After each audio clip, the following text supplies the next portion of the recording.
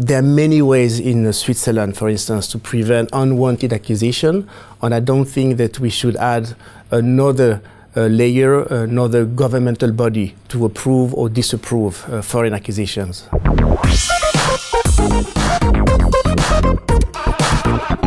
So, Philippe, Chinese companies have been buying out European businesses, for example in Switzerland, Syngenta.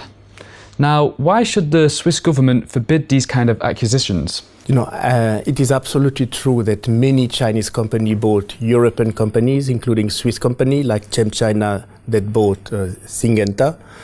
And actually, there are also a lot of acquisitions which happened and which were never disclosed, except, of course, to the former owner. And it is true that a number of politicians in the EU and in Switzerland are considering or trying to have some government body which would approve or not approve acquisition from foreign countries, including, of course, China.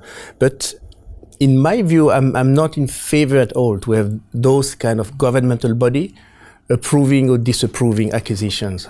So using, for example, the ChemChina Syngenta deal. Now, ChemChina, that's a state-owned company which cannot be bought by any other country, but it can buy other companies in countries like Switzerland, for example, this deal. Why are you against this bilateral trade? You know, it is true that in the case of ChemChina and Syngenta, there is no reciprocity in the sense that ChemChina could buy Syngenta, but the reverse would not be possible. There is no reciprocity, but it is an exception. And I think that there are many ways in Switzerland, for instance, to prevent unwanted accusation, and I don't think that we should add another layer, another governmental body to approve or disapprove foreign acquisitions.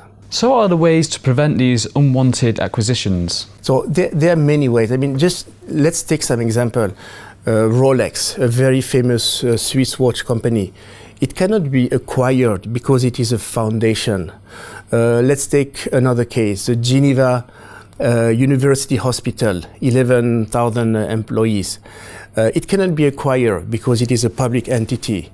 Talking about Victorinox, a famous Swiss Army knife company, it cannot be acquired because it is a foundation.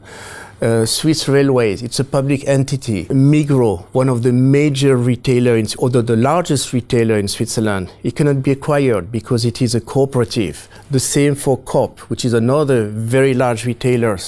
Even if you take some sort of fully private company or fully typical company like Schindler, if you look at the article of association, you will notice that you cannot acquire this company.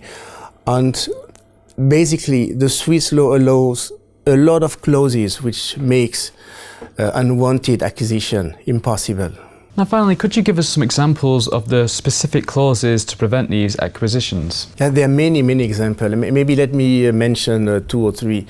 It's possible in Switzerland to have expensive shares on cheap shares, so different kind of shares, but all of them give you the same voting power. So of course, the founding controlling family, they normally owns the cheap shares, so they can control the company with relatively little capital.